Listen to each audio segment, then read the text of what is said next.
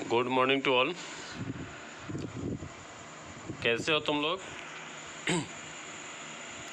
आज हम लोग बिहार का लोक गायन का पाठ वाचन जारी रखेंगे।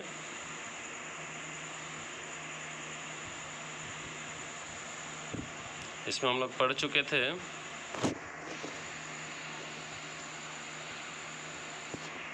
यहाँ तक बिहार में भोजपुरी बोलने वालों की संख्या सबसे अधिक है।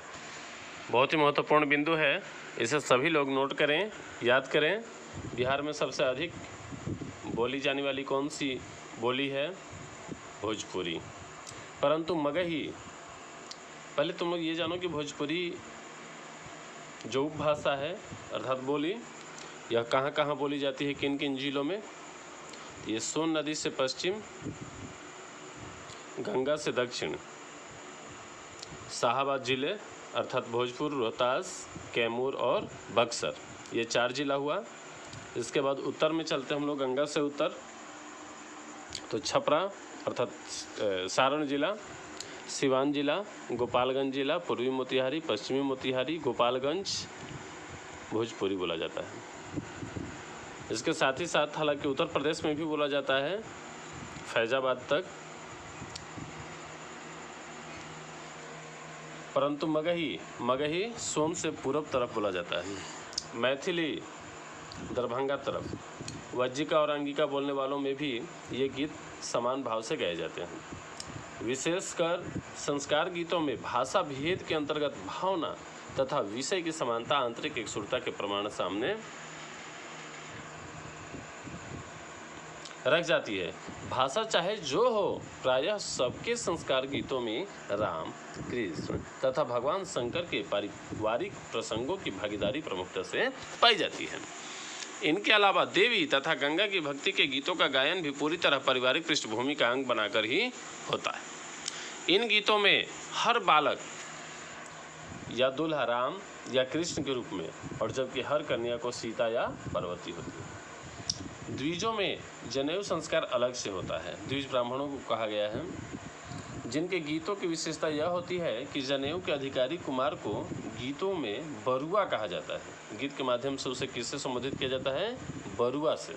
जैसे एक उदाहरण दिया गया है, विवाह हो रहे युवक के दूल्हा या कन्या को दुल्हन कहा जाता है। ठीक उसी तरह से तिलकोत्सव चूँकि लड़के वाले के यहाँ ही संपन्न होता है, इसलिए इसके गीत उसके यहाँ ही गाए जाते हैं, और उसमें लड़के को अधिक गुणवान बताते हुए उसके गुण के अनुपात में तिलक की राशि तथा उसके सामान को कम बताया जाता है।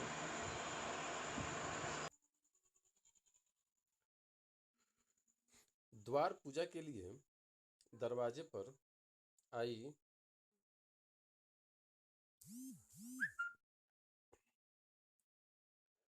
बारात के स्वागत में गीत गाती नारियों का समूह घर के वयस्क सदस्यों का नाम लेकर अगवानी करने का आग्रह करता है। सुनिएगा ध्यान से, उनका क्या कहना है। आपन खोरिया बहर कौन देवा आवताड़े। तुम लोग स्वयं पढ़ना आगे, ठीक है?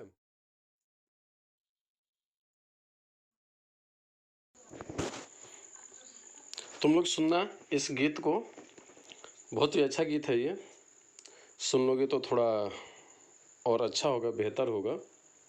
मैं प्रारंभ कर रहा हूँ इस वीडियो को, सुनना। ये जब बारात आती है तो द्वार पूजा के समय में ये गीत गाया जाता है।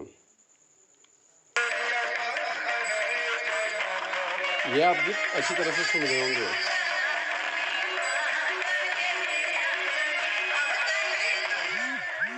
आप लोग ध्यान से सुन रहे होंगे।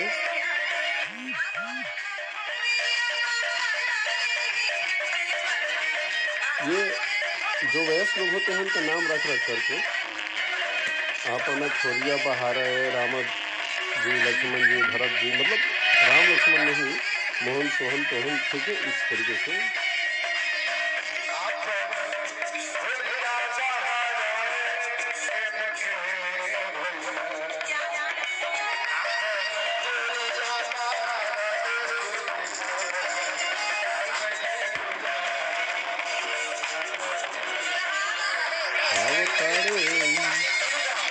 सुनाई दे रहा होगा सबको, ठीक। तो इस तरह से अभी हमने इस वीडियो में देखा आपन खोरिया बहार कवन, ठीक है ना, वहाँ नाम रखा जाता है। इसके आगे परिछावन चुमावन आदि के गीत तो होते ही हैं। भोजन करने आए समधी के पैर धोने के आग्रह वाले गीतों को गुड़धुआई कहा जाता है, ठीक है। द्वार पूजा के बाद और भोजन करने बैठ चुके बारातियों से परिहास भाव की अभिव्यक्ति के रूप में उनकी पत्नी, बहन, फुआ आदि को लगाकर जो गालियां गाई जाती हैं, उनमें औरतों की उम्र तथा पद की सारी सीमाएं ध्वस्त हो जाती हैं। उसमें क्या होता है कि बाराती लोग पूड़ी बुनिया, ठीक है, और रसगुल्ला इत्यादि तो खाते ही हैं, उसके साथ साथ उन्हें और भी एक्स्ट्रा चीज़ मिलता है जो दिखता तो नहीं है, हाँ लोग सुन सकते हैं। वो कौन सा मिठाई है?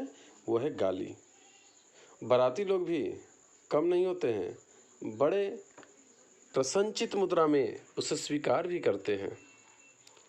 अगर वो बाहर सड़क पर चलते हुए कोई गाली दे दे तो फिर पूछना नहीं है, लेकिन वहाँ ऐसी बात नहीं है। उस समय का जो माहौल होता है वो कुछ अलग तरीके का होता है।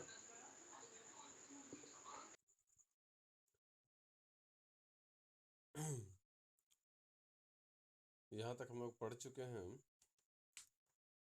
हम्म,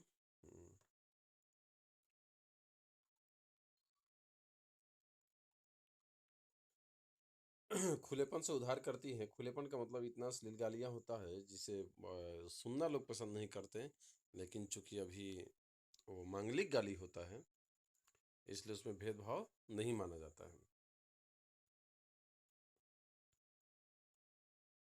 यह है लोक गायक अजीत कुमार अकेला।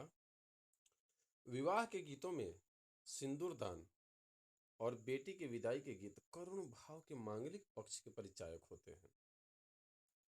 कहा जा सकता है कि करुण भाव का प्रवेश सिंदूर दान के गीतों से ही होता है, जो विदाई गीत में चरम स्थिति को प्राप्त कर देता है।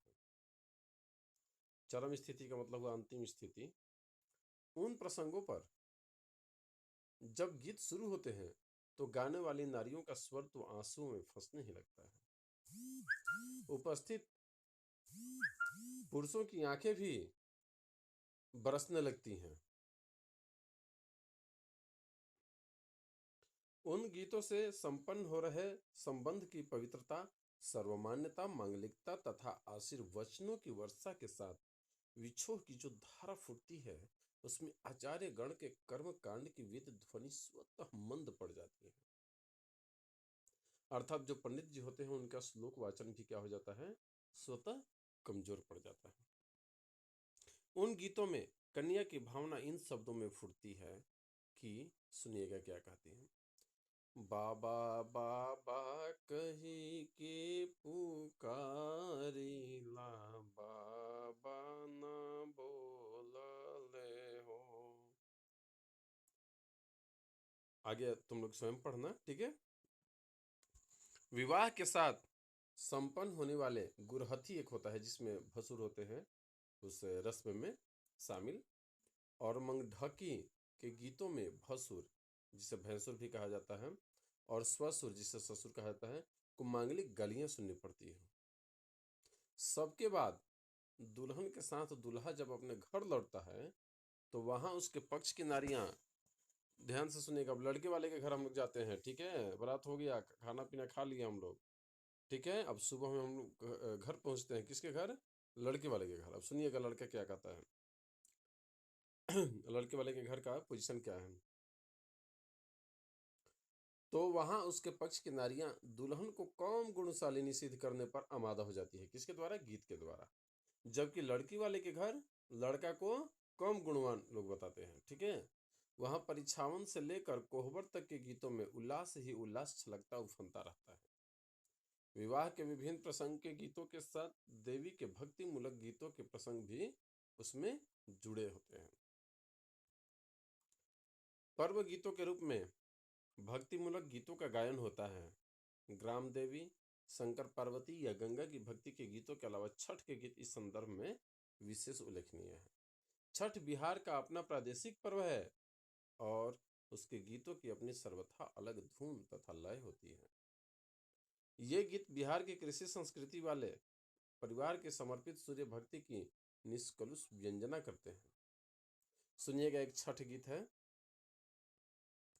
काचही बस के बहंगिया, बहंगी लचकत जाए से अलग एक और भी गीत है।